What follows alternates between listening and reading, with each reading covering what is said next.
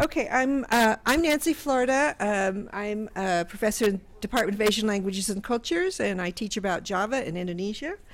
And I'm very pleased today to introduce Margaret Weiner. Do you Wiener or Weiner? I'm Weiner. Okay, Weiner. Okay, Margaret Weiner.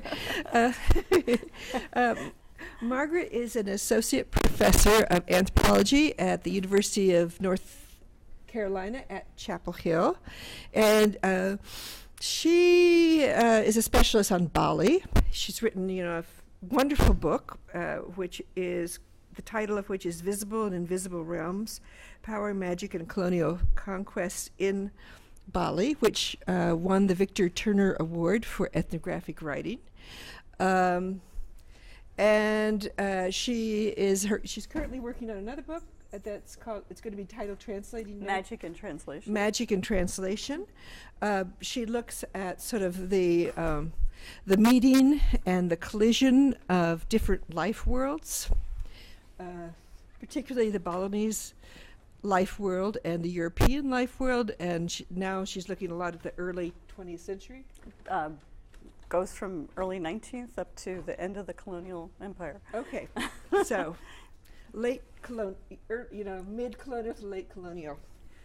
So today she's going to be talking to us about some magical events. She doesn't like to use the word magic, but I'm going to say magical events in Java, I think. Yeah. And the title of her talk is Networks of Colonial Supernature, super being in parentheses. It's right there, right? Mm-hmm. Between rocks and hard places and in and beyond the Dutch East Indies. So let's welcome Margaret.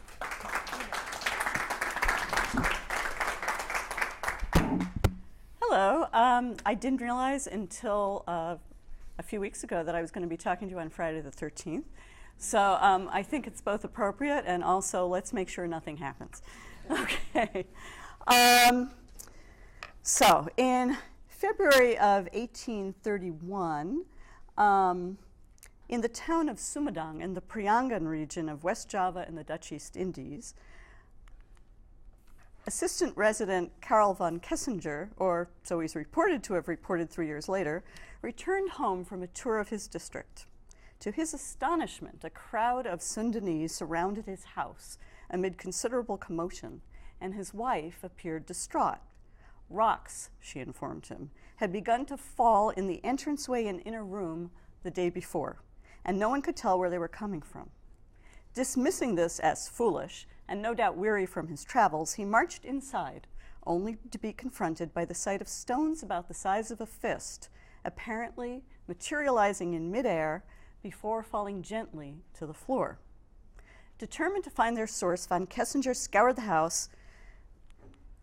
That's sort of probably what it looked like. He scoured the house inside and out and set a guard outside. Banishing everyone but himself, he shut all doors and windows, checked the planks in the ceiling, and he looked everywhere but to no avail. Concluding he needed help and equally crucial other reliable witnesses, he sent for Sumedang's Sundanese regent and other local Sundanese notables, as well as for the 3 other European men who lived in the vicinity: a former inspector of coffee cultivation, the supervisor at the construction site of a new indigo factory, and the innkeeper. But they too failed to discover the source of the stones. As luck would have it, about a week later, another European turned up to stay at the inn. This was at that time, Major Andreas Victor Michels, who had made his military reputation during the 5-year-long Java War that had ended only the year before. He too was enlisted as an investigator. But despite their combined efforts, no one could figure out where the rocks were coming from or make sense of what they observed.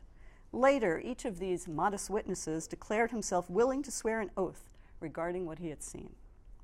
Now, accounts of the rocks, originally transmitted by word of mouth, but leaving an increasingly dense trail of textual traces, traveled widely through time and across space. Michels actually proved to be a major vector, partly as a consequence of a spectacular subsequent colonial career that included serving as a special adjutant to the Governor General himself shortly after these events. He also had further exploits in some well-known colonial wars. These led to a promotion to the rank of general and to service as commander of the entire Dutch colonial army, a position he was holding at the time of his death in the course of leading the third Dutch military expedition to Bali in 1849. I first met him when I was working on my first book. Between his position in the colonial state and his apparent inability to resist talking of his extraordinary experiences, he had much to do with spreading the tale. He may have actually come to regret deeply his chance arrival in Sumedang. He was forced to defend himself once, so a source asserted, by fighting a duel against amused charges that he was either credulous or a dupe or both.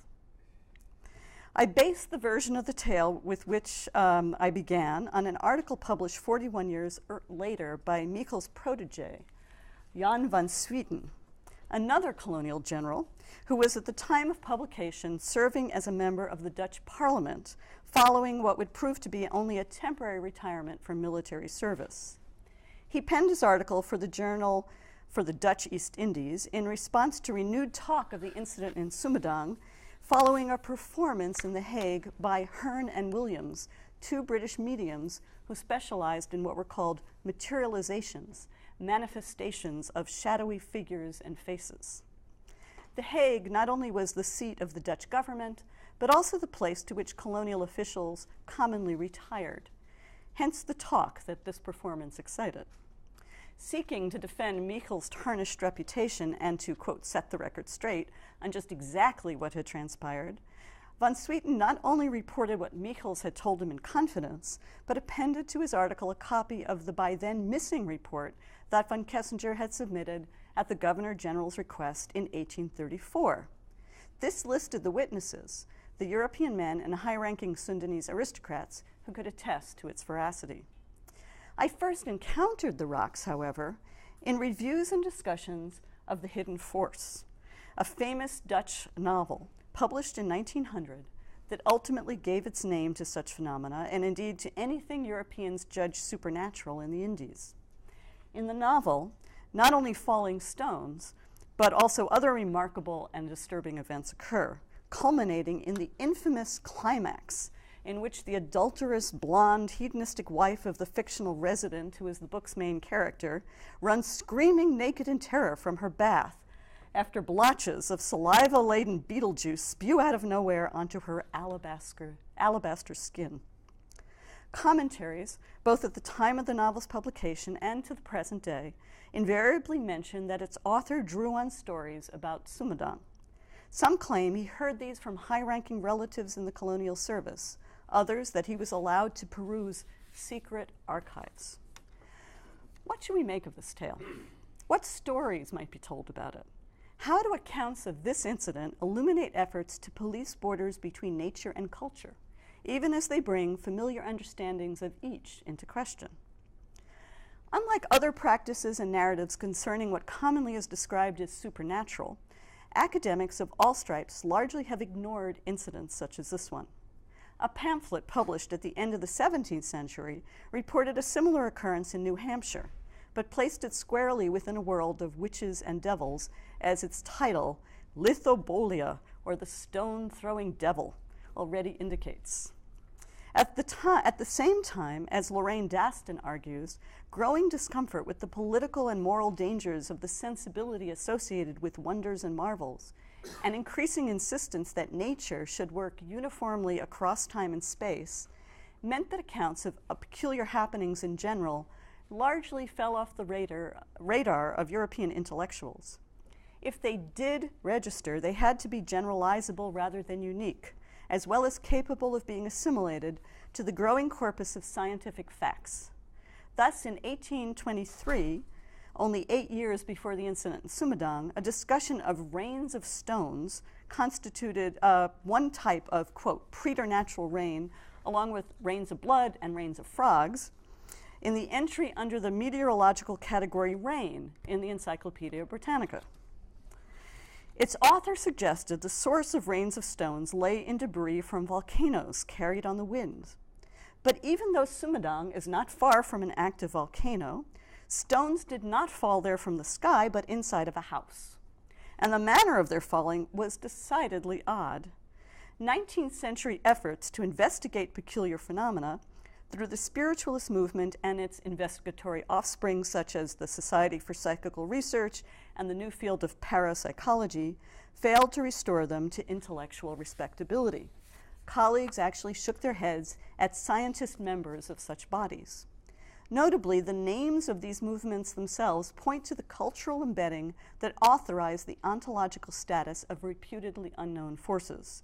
Such forces were defined in advance as spiritual in the sense of pertaining to spirits, psychical, investigating mysteries of the mind, or parapsychological.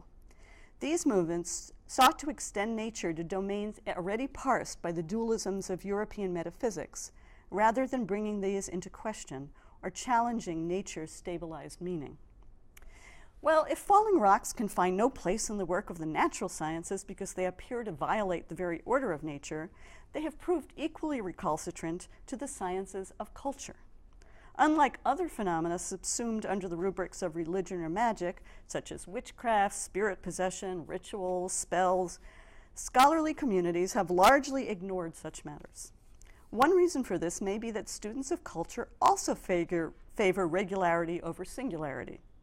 Rites and witchcraft accusations reoccur. Though there were, in fact, other rains of stones in the Indies and elsewhere, as the 1832 Britannica indicates, they could hardly be characterized as either routine or as embedded in the kind of rich fabric of everyday life that, for instance, anthropologists favor. Moreover, whatever impression the stones made on Europeans in the Indies, such incidents did not form part of the archive of Indonesian communities. Nor did such events come to the attention of European intellectuals or political authorities either through folkloric or ethnological investigations or through the nuisance, from the point of view of colonial officials, of having to take into account the practices and claims of Indonesians in everyday experience or in response to colonial projects to establish new institutions. Perhaps even more relevant, to what might be make it difficult to assimilate such incidents to academic work in my own field of anthropology, is that they touch uncomfortably close to home. Those insisting on their truth were not only Europeans, but men whose social status ensured that their views about how the world basically works is akin to university professors. Their reports inherently could not be based on the kind of shared value symbols or moral economies that anthropologists have commonly found relevant, often as a polite way to bypass problems of ontology. Indeed, if anything, such reports blatantly transgress the norms of their authors' communities by insisting on the material reality of something that many of their interlocutors could not treat as real a priori. Indeed, taking such topics seriously would have challenged the scientific credentials that anthropology's founding fathers were so eager to establish for the fledgling discipline. They established clear lines between their investigations of the peculiar practices of primitives and the metropolitan movements directed to participatory research into communication with the dead, the ability to move matter at a distance, and other phenomena labeled supernatural and paranormal. The modifiers super and para already doing telling work by treating what they modified, the natural and the normal, as already settled. Testimony by European colonial agents about stones falling inside a house, which later proved immensely appealing precisely to those who became involved in spiritualism, parapsychology, and psychical research, have had no place even in the anthropology of religion, religion becoming the default category for acts and statements contrary to Euro-American common sense. But if not part of established scholarly traditions, such incidents nonetheless have been subject to intense discussion. Indeed, a voluminous and densely intertextual archive accumulated on such phenomena in the Indies and spread well beyond. Here I want to sketch the contours of this archive for what it reveals about what was and what could be said, and to consider some of the implications. Texts take several different tacks. As the documentary trail that leads back to them shows, 3 of the European eyewitnesses appear to have written or spoken of what they saw. Von Kessinger, in the report that von Swieten published, purportedly requested by and submitted to the Governor General. The innkeeper Dornseif, in a piece he published in a popular colonial magazine in the 1850s, and Michels, in conversations with numerous interlocutors, including perhaps the Governor General. The accounts they offer, or that are attributed to them, are notably cautious. They stick to description, with no attempt to explain or interpret what they observed. When put side by side, as they were by later critics, they do not entirely agree on the facts. But then, as Kurosawa taught us in Rashomon, people rarely do. All three present their accounts as testimony, at times framed by declarations of willingness to swear an oath. Others who took up the issue, however, leap to explanation, usually in the service of ontological and other political claims. Some deploy incidents of falling rocks as evidence of forces that science has not yet discovered or acknowledged. For others, rains of stones have no place in any possible universe. They are outside the realm of plausible events in the natural world. Either position involved not only what I call reality politics, but entailed complex statements about relations between colonizers and those they colonized. As far as the first group goes, some insisted that living in the Indies had led to their growing conviction that, quote, there are more things in heaven and earth than they had ever dreamed. And this line from Shakespeare, always written in English, proved immensely popular in the writings of many of these Dutch authors. Others, however, quickly reached the conclusion that the rocks had not just fallen, they had been thrown by invisible agents, echoing the 17th century American discussion of lithobolia, to which no Dutch text ever referred. But the invisible agents to whom the throwing was attributed were neither witches nor devils. Instead, they were smoothly commensurated as spirits. Something like the English word spirit forms an umbrella term in most European languages, under which shelters an enormous range of intentional agents whose main unifying feature is their contrast with fleshy material bodies, from ghosts, the lingering consciousnesses of once living persons, to the noisy and rambunctious poltergeist, to fays and fairies and other willful entities. Thus, the very first author to offer an interpretation of events in West Java, a German lady traveler named Ida Pfeiffer, who heard the story from the managers, bureaucrats, and officers who housed her during her Javanese journeys, refers to the perpetrator or perpetrators as ghosts. She also is the first to write, by the way, that the spitting of Siri or Beetlejuice accompanied the throwing of stones. A second German traveler, in an article he published some 20 years later, claimed the thrower was a poltergeist. In the 1870s, however, Europeans living on Java identified the type of spirit responsible as the Javanese gundruwu, a creature that hung out in large trees and annoyed people by throwing stones and spitting Siri. The association between gundruwu and what happened in 1831 became so strong, in fact, that in his massive 1882 treatise on the island of Java, Veth, who held the first chair of ethnology at Leiden University, presents Javanese ideas about gundruwu, which he calls a kind of puck or demon, in his chapter on Sumedang. Gundruwu and stones, while never entirely divorced in Dutch texts, become more tenuously connected over time, as gundruwu fell under the purview of a growing cadre of proto-anthropological European experts on Javanese beliefs, who took little interest in odd occurrences that fellow Europeans claimed they had witnessed.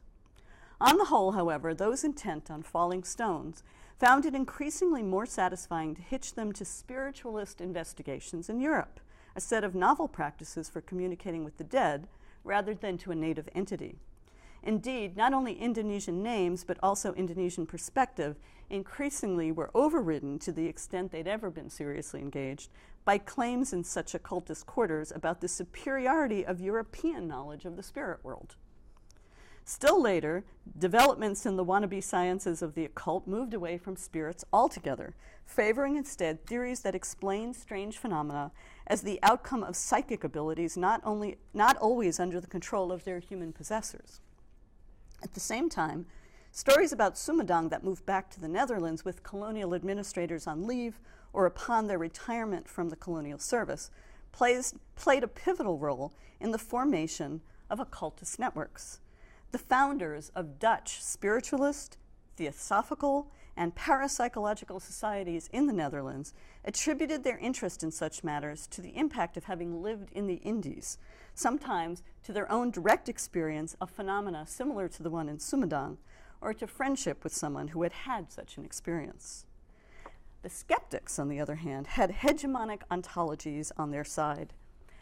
They stocked themselves with a ready arsenal of logic weapons, stemming both from promiscuous intercourse between enlightened critique and colonial domination, and from new developments in the cultural arts of performance. In particular, their explanations drew on the growing technical expertise in sleight of hand that professional illusionists were developing for European stages. As recent scholarship has observed, it produced new forms of ontological pleasure in the gap between the visible and the real. Moreover, illusionists themselves began to publish books that explained how certain tricks could be accomplished, and these were avidly devoured by the reading public. Such unmasking could go beyond their own professional domain. The famous French illusionist Robert Houdin offered a demystifying explanation of how Algerian Sufi masters produced awe in their devotees by reconstructing how he would generate the same effects through prestidigitation.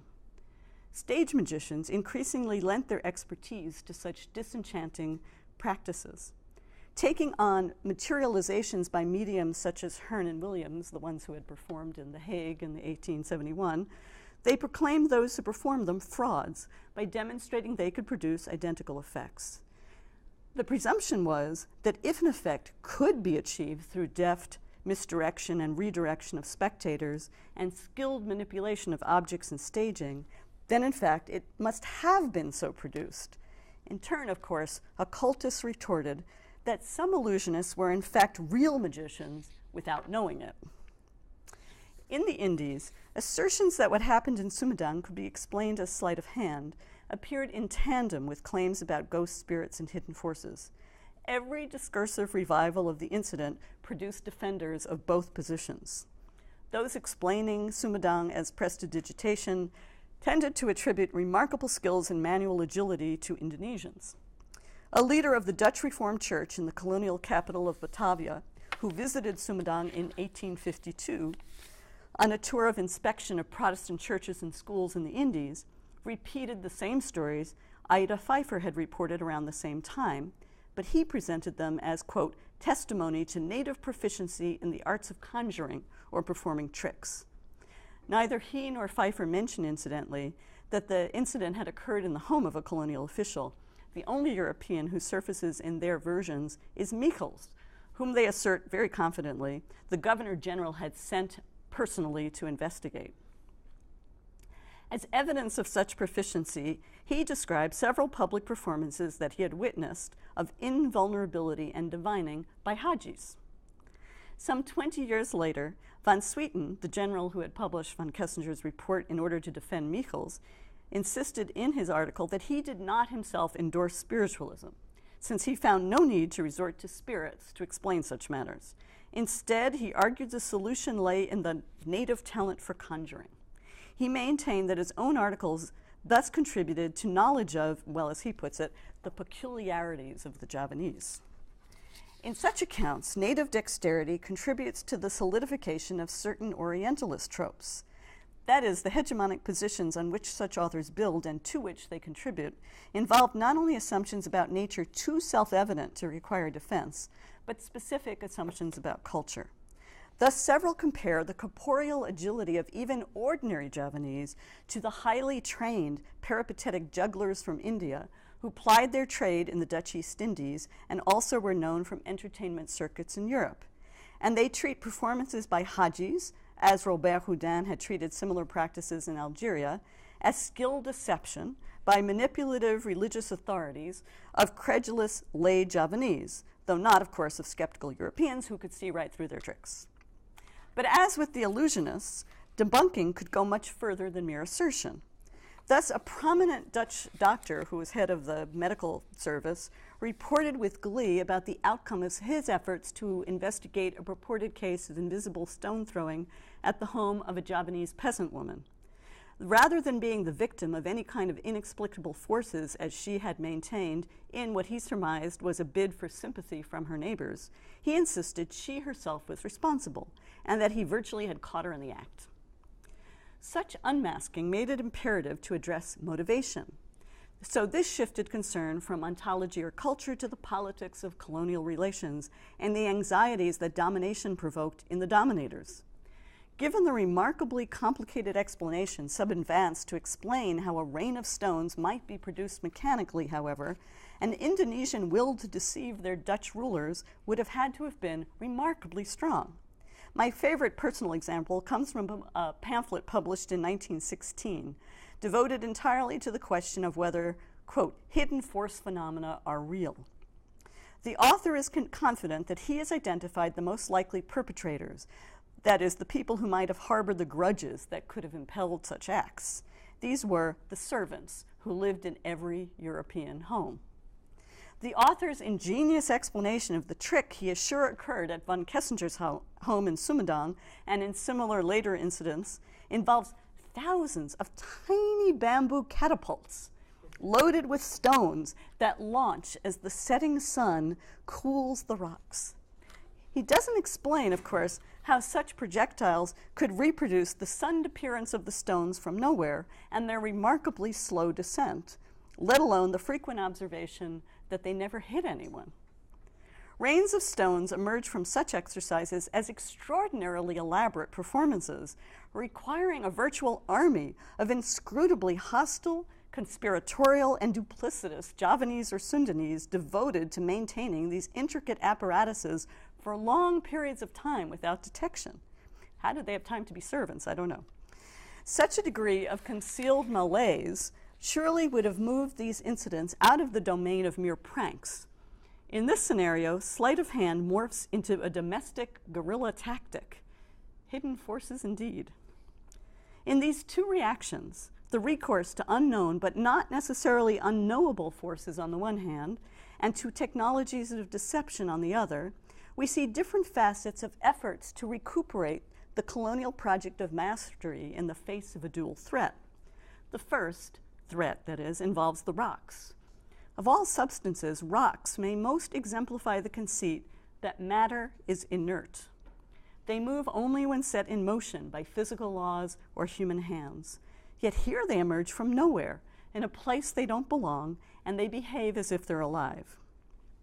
The second threat involves testimony, that men who work for the colonial state and whose work entails using their eyes as instruments of domination should both fail to find the cause of this travesty, yet nonetheless insist on repeating what they saw, mocks the whole project of control.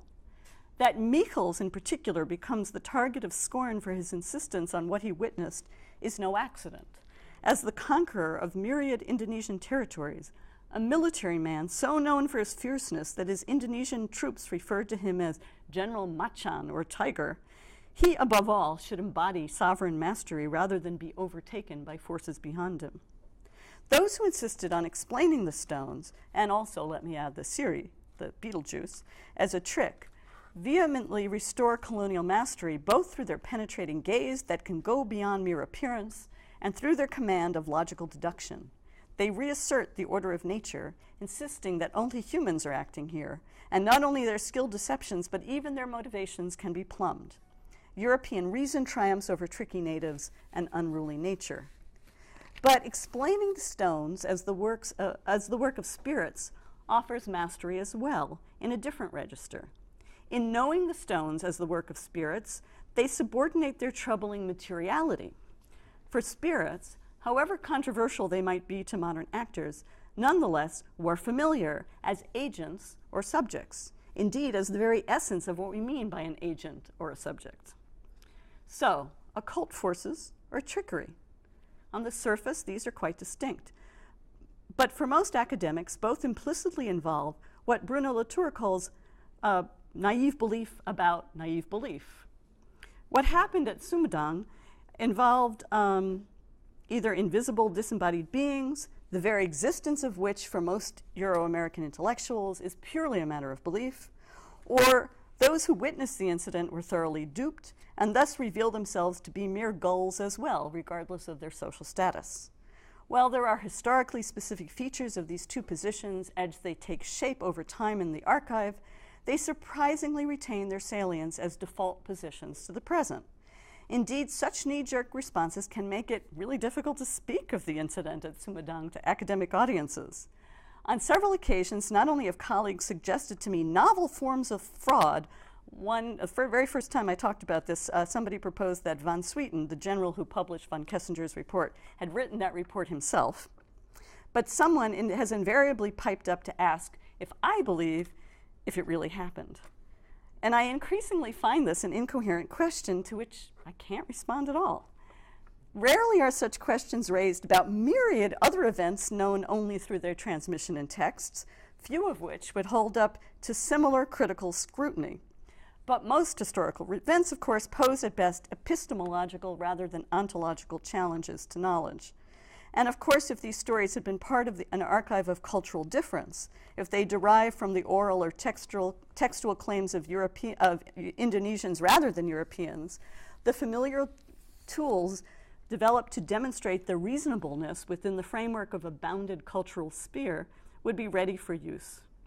Cultural difference also presents epistemological rather than ontological challenges, aligning the thorny question of reality through the sleight of hand of relativity, in which the analyst's faith that she comes from a society that knows through its natural sciences what is really real remains unacknowledged.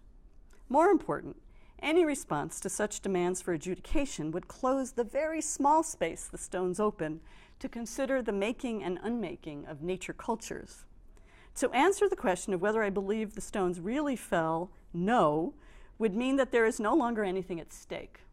To answer it yes would mean that I, like Michels, would lose credibility, shutting down inquiry before it even begins. Are we really incapable of finding alternatives to these tired moves? I want instead to slow things down, as Isabel Stengers puts it, and to consider what such explanations might foreclose. Notice that what is never put on the table is the question of how things become real. What would it take to accept that rocks can fall inside of a house? Moreover, on the whole, attention is deflected from the stones themselves, which either never existed or are passive tools at the service of those who wield them. The well-trodden alternatives constantly draw our attention to subjects, their credibility and their credulity, their knack for deception or their gullibility, at the expense of objects. So at least two that I can think of, less familiar paths, struck me as more promising, at least in keeping that wedge open.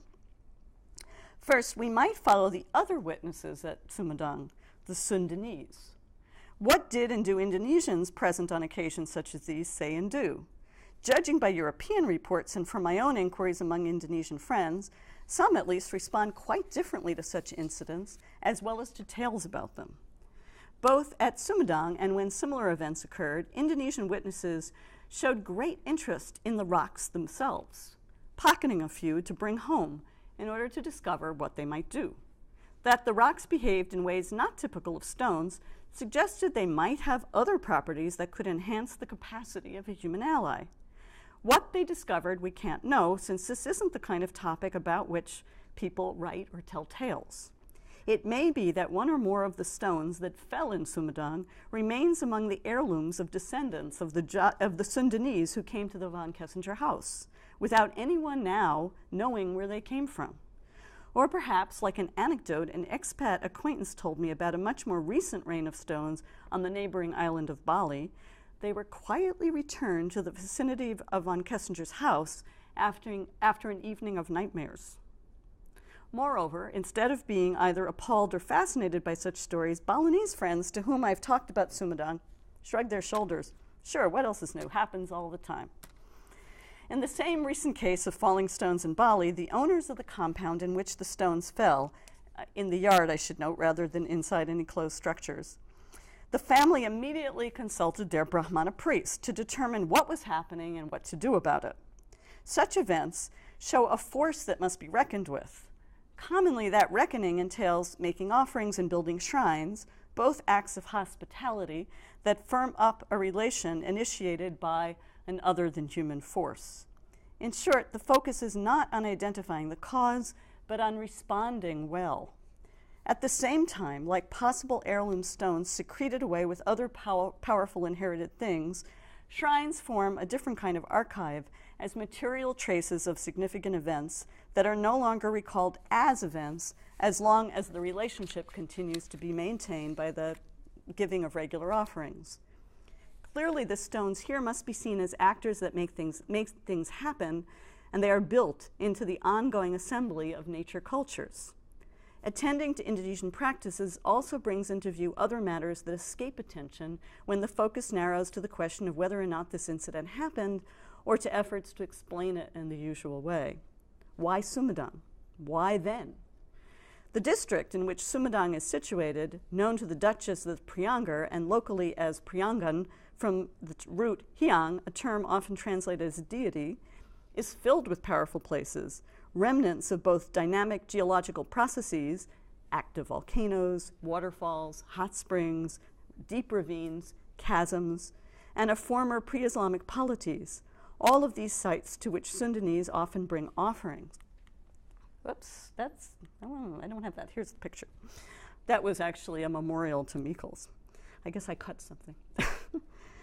At the same time, for several hundred years, the region was woven tightly into colonial ventures and the political economy of global capitalism. In the 17th century, the Dutch East India Company demanded that Prianger regions supply them with pepper, indigo, and cotton free of cost, a demand the regions passed along to their subjects.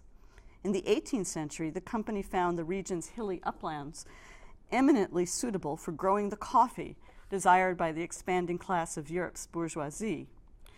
Late in that century, before the company went bankrupt, it introduced the Prianger system, a policy involving the forced cultivation of coffee. Only a year before von Kessinger found stones falling in his house, the Dutch crown, which had taken over the debts and assets of the defunct East India Company, and was only then in a position to try to extract any profit from the state's new colonial possessions, had instituted the cultivation system, which basically extended the Prianger system all over Java and generalized it over a range of commodities, above all coffee, sugar, and indigo. Each village in Java was to set aside land to grow these crops that would then be sold at fixed prices to the government as a form of taxation. As it went into effect, the cultivation system brought more surveillance of peasants than ever before, and its extractive economies radically transformed the terrain. Traces of these ongoing alterations are evident in the occupations of von Kessinger's neighbors. An inspector of coffee cultivation, von Kessinger himself actually began his colonial career in just such a position 10 years earlier, and the supervisor of the indigo factory under construction. Even the existence of an inn in Sumedang speaks to the transformation of the land. Sumedang was located on the Great Post Road, a massive infrastructural project built 2 decades earlier using corvée labor that connected the entire island of Java from west to east and enabled easy transportation of people and commodities. The rain of stones I heard about in Bali occurred in a town where large and old trees were being cut down to make room for art shops under the press of economic development. Clearly, a similar transformation of the landscape was taking place in Sumedang in 1831. In both cases, incidents erupted during assaults on an existing nature culture in the making of a new one, and these apparently called forth demands for acknowledgement. Indonesians would appear to build on a repertoire of practices to establish familiar forms of connection under these new circumstances, but rework both spaces and relations, and thus the humans and non-humans they bring together in the process. If this is one direction the stones at Sumedang might take us, a second opening moves from transformations in nature cultures to the accumulated effect of textual reiteration. Sumedang stones formed a remarkably durable feature of colonial experience. Every time the rocks reappeared in some new narrative, obdurately demanding attention on something like a 20-year cycle, efforts to explain them away and to castigate those seeking to address them as credulous fools, or worse, as dupes of disturbingly crafty natives, only solidified them rather than banishing them once and for all. A mounting collection of testimony as the incident is reworked again and again, and partly remade each time it becomes embedded with new concerns, lent increasing substance to the remembered rocks. The mass of attribution, speculation, argument, controversy became itself a very real actor capable of making things happen. It spurred conversations, rumors, narration, speculation, investigation, deduction, visits, cultural movements, even perhaps a duel. The assembly of references that grow ever denser makes what happened in Sumedang more actual and resistant and harder to ignore or to dismiss, catapulting it from the past to the present and stretching its tendrils from a house in a little town in West Java to, for instance, a Barnes & Noble's bookstore in Chapel Hill, North Carolina, where I found a British retelling of the story reprinted in a collection entitled Supernatural Tales from Around the World. This documentary archive is equivalent to the shrines Indonesians might bring in response to such incidents, might build in response to such incidents. Both serve simultaneously as sites of memory and as a nexus for making things real and making things happen. Significant, neither of these paths require consideration of what anyone, Indonesians, the hapless Mikos, other witnesses, or those repeating the anecdotes, including me, believes. They move us beyond belief, inviting us to follow what humans and non-humans do together, and with what effects. If falling rocks could move a man like Mikos to put himself at the risk of ridicule, how can we fail to take them seriously as actors in the world? For the men that Stone summoned to von Kessinger's house in 1831, something irrevocably changed. Rocks, the literal grounds of earthly existence, materializing apparently from nowhere inside of a house, their mineral heaviness at odds with the speed of their descent, brought these men, confident of their ability to manage other people and nature, face to face with something that resisted not only their control, but even their grasp. The archive coalescing around testimony, I've argued, has the capacity to productively disrupt our own familiar explanatory routines and intellectual habits, bringing us face to face with recalcitrant materialities that queer the natural and the normal. Thank you. Maybe one more picture. That's a coffee plantation. Okay. Thank you. We have 15 minutes for questions. Everyone fast after we hear a question. Yes. This is, I'm wondering, excuse me, about the more recent event that took place in Bali. Is when and did it have a documentary record? Did it enter into the press? No, did not enter into the press. I think it must have been. I have to go back and check my notes on when it happened. I want to say maybe 15 years ago, something like that. It's not very, very recent. It's relatively recent, certainly closer than 1831. But no, it wouldn't be the kind of thing, again, these kinds of things don't seem to get mentioned in such sources. Maybe it was too, they could be. Yeah, they could. These things Yeah. do actually make it into the newspaper. So. Yeah. Or maybe it's that I just basically checked the Bali Post and they didn't publish anything. Yeah.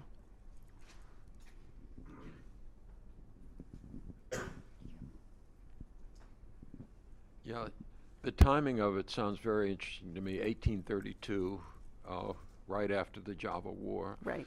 Nancy's book brings us into this this period, the Javanese view within this period, a sense of missing things.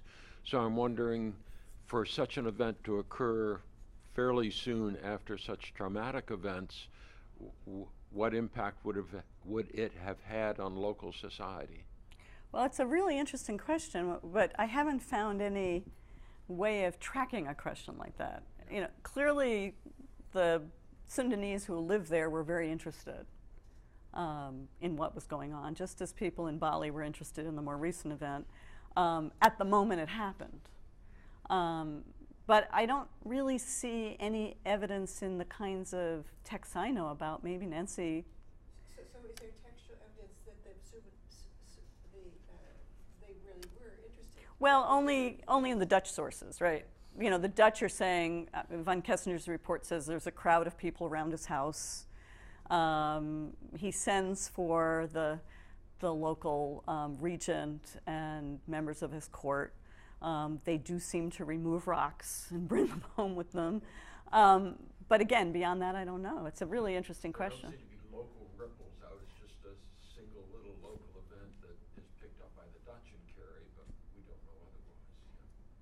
No, which is, I think it's interesting. Certainly I know that in Bali, again, the response of my Balinese friends to this when I told them about it, thinking, oh, let's see how they're going to react, was like, they really thought, well, yeah, things like that happen. The important thing is when they happen, what do you do? How do you respond to it? But it isn't the kind of thing, as I said, the response in Bali might end up resulting in somebody in their compound in the area where it happened putting up a special shrine. But over time, nobody would remember what led to that shrine being there. It's special, but why it's special? Yeah, yeah. It's special because it's out of the location that shrines usually would be. But as long as people start, okay, it's part of the shrines of the household now, and we have to remember to make offerings there, over time, nobody remembers why that shrine ended up in that location. Yeah. Thank you.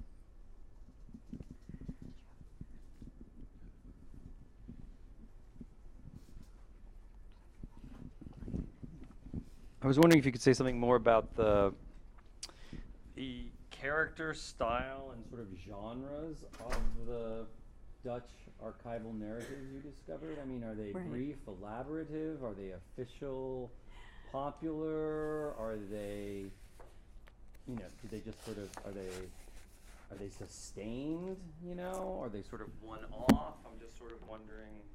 Yeah, that's a really good question. Certainly, I'm using archival in the broad sense, right? It's the only one that supposedly was actually the kind of document that would end up in an official archive was the von Kessinger report, which supposedly was lost. One account has it, says that, again, all of these things it's really hard to know. Was the report written?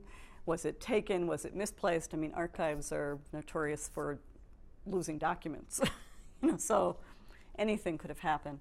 But that's the only thing that would have been an official document of any kind. The rest of it is all, I tried to give some indication of it. So the two earliest accounts that I found, well, three. One was the innkeeper's report, and that was in a popular magazine. There was the German traveler who wrote a book about her travels around the world. And then there was the Dutch Protestant pastor, and that was part of a book, again, reporting on his experiences during this tour of inspection. So those are three slightly different genres, but you could say two of them are popular and one of them is a different, it's not quite official, but it's not exactly a popular book in the same way. And then they show up in things like, well, the Vet book is, an ethnological, very fat book on all of Java, right? It's expertise. It's the holder of this first important chair of ethnology in the Netherlands. So that's a different kind of text. Von Swieten, the journal is one that colonial officials commonly contributed to, so widely read by that kind of audience. Which one was it? Tijdschrift for, yeah. I'm trying to remember which other ones I referred to here. That little pamphlet in 1916, that was written by a guy who was a planter. He was a private entrepreneur. And it's a pamphlet, so it's meant for public dissemination about a matter that people had become very interested in. I found reports in colonial newspapers of some later incidents. Of course, the novel, right? So it kind of is a variety of genres that end up getting drawn up into the discussions, but sustained not in the sense that what I did find was this kind of 20-year cycle, at least up to 1900, when the novel is published. So every 20 years, something starts up, a cycle of a flurry of texts. And then it was very hard to try to figure out. It seems like in the 1850s, people keep claiming there was some investigation. I don't know. That's the claim. In the 1870s, it seems to be stimulated by the performance by the spiritualists, right, which reminds colonial officials, oh yeah. So I think the story is still circulating orally, but it's being deposited, as it were, on paper at intervals. The novel does something different. People start, first of all, because they start using this phrase, hidden forces, and it shows up all over the place. And 1916 pamphlet may have been, there was a recent incident reported in the Surabaya newspaper about an incident. So maybe that stimulated the pamphlet. But I've seen it, the phrase hidden forces in advertising at that point, right? It just, it's just all over the place, begins to be used in some way. The novel stimulated a lot of discussion, its publication, everybody was remembering, but then again, that's sort of that's a 30-year cycle at that point. So it's like generational for a while. In the Netherlands, that scene I showed was from Dutch television filming. I mean, the novel The Hidden Force is considered a classic of Dutch literature. There's a kind of anything involving the occult or the supernatural in the Netherlands seem to have some kind of Indonesian tinge to it. You know, it's a really interesting connection back to, you know, so not only that film, but all kinds of other kinds of things Dutch people refer to and are at least vaguely familiar with seem to have some kind of colonial element. So, yeah. We have time for one more question before we need to clear out of the room. Okay, I feel guilty asking a question because but I want to ask you about the Indonesians. I know the project's focused on European understandings, but you say that they just say, "Oh, that's fine. These things happen." I remember a comparable thing that a friend who was living in a house and he was being chased by jinns. This is in Pakistan, and I was telling another friend about this, and he started just telling me what an ignorant idiot this third friend was, and he went on and on. Finally, he said, jinns don't live in cities. Jinns live on trees, under trees. And so Right. I wondered about how the sort of, if it's not simply that they think, oh, these things happen, but there are other kinds of ways in which they were understanding and how that might play into it. In other words, not just simply a kind of, because you portray almost a nature-culture division, but then the other is just undifferentiated acceptance of whatever comes their way, as opposed to a principled. I mean, is there something that would be interestingly put into juxtaposition with the nature-culture distinction among Indonesians? Well, you know, the people that I really tried to get a response from were the people I live with when I go to Bali, who I've known forever and usually are very voluble about all kinds of things. They just really weren't interested. It was amazing to me. I was so disappointed. And then I remember at the time I was doing some of the archival work in the Netherlands, I had a Balinese friend and I was very excited and told him about it. And he wasn't interested. Other things I was doing research on interested him a lot more. I was kind of flabbergasted. But I was really interested by this notion of the response when an incident occurred. And it made perfect sense to me. You call the priest, and you're interested in, what do I do? Right? It's like a pragmatic, all right, something's happening, weird things happen, and people go to priests or to dukuns or to all kinds of experts on forces that humans interact with, but they're not necessarily experts on. These are meant to be experts on those. So maybe that's like the nature-culture distinction. It's not nature and culture, it's what I called visible and invisible realms in my first book, right? There are people who just know about those kinds of things, and if you're having a problem that points in that direction, you want to consult the experts, right? And you want to figure out from the experts, and the experts are kind of interested in what do you do in the sense to make sure you don't get harmed and that maybe some good could come of this, So I think that's the contrary, and that's kind of an interesting contrary. Does that make sense to you, Nancy? Yeah. Yeah. Can I ask a question over here? We probably could squeeze in one more if there was I'm curious on the Dutch side. In terms of the Dutch Reformed Church, was there a change in its attitude over the years? That's a great question. I wish my colleague Webb was here because I'll have to ask him because I really haven't studied the Dutch Reformed Church So I don't know how to respond to that. It's a very interesting. You know, in general, Protestants are not that excited about the supernatural, and the Dutch. Except perhaps for the devil.